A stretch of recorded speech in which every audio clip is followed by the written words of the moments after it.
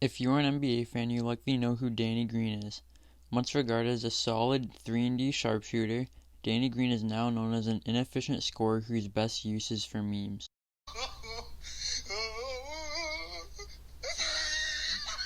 But how did Danny get to where he is now? To find that out, we have to go all the way back to high school.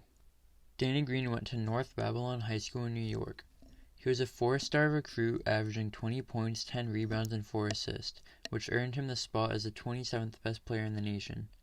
Danny was then offered a D1 scholarship to the UNC Tar Heels. In his freshman year, he was a sixth man with a solid stat line of 7.5 points, 1 assist, and just under 4 rebounds per game on efficient shooting splits.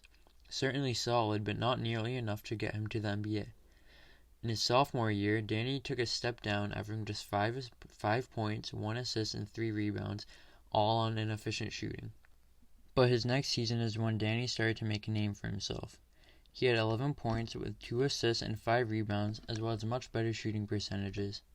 And in his senior year, he took a further step forward and was announced as a starting shooting guard. Danny took full advantage of this opportunity and recorded his best stats yet. On top of that, he played a big part in leading his team to an NCAA championship.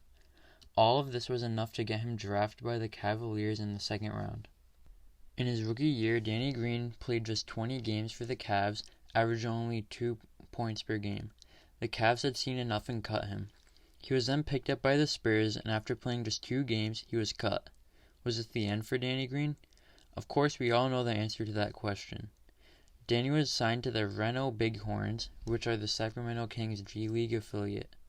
Danny broke out and averaged 20 points and 7.5 rebounds for the Bighorns. The Spurs noticed Danny's well play and signed him again in March of 2011. After the lockout, he had a great season, averaging 9 points per game and starting 38 out of his 66 games. This is enough for the Spurs to re-sign him for the next 3 years. Fast forward 2 years, and the Spurs are in the NBA Finals playing against the Big Three Miami Heat. Danny Green went off from 3 this series and hit a record-breaking 27 threes, as well as averaging 14 points per game on an insane 55% shooting split from 3. Sadly, though, the Spurs lost in 7 to Miami.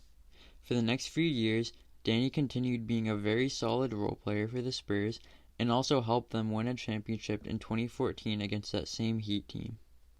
In 2018, Danny Green was traded alongside Kawhi Leonard to the Toronto Raptors. This is where his downfall began. Although Danny had a good regular season, the playoffs were an entirely different story. He was a liability for Toronto, averaging just 7 points per game on 34% shooting. Even though Toronto won the championship, Danny for sure did not deserve that ring. In the offseason, Danny signed with the Lakers. Before the NBA shut down, Danny continued his mediocre play, averaging just 8 points per game on 41% shooting. And I think that we all know what happened next. Danny was just as bad as he was in the 2019 playoffs, and he had some key misses for the Lakers in the finals. Well, what is next for Danny Green? Will he be a starter next year? Will he step up his game or take another step down? Only time will tell. Thanks for watching, and be sure to like and subscribe.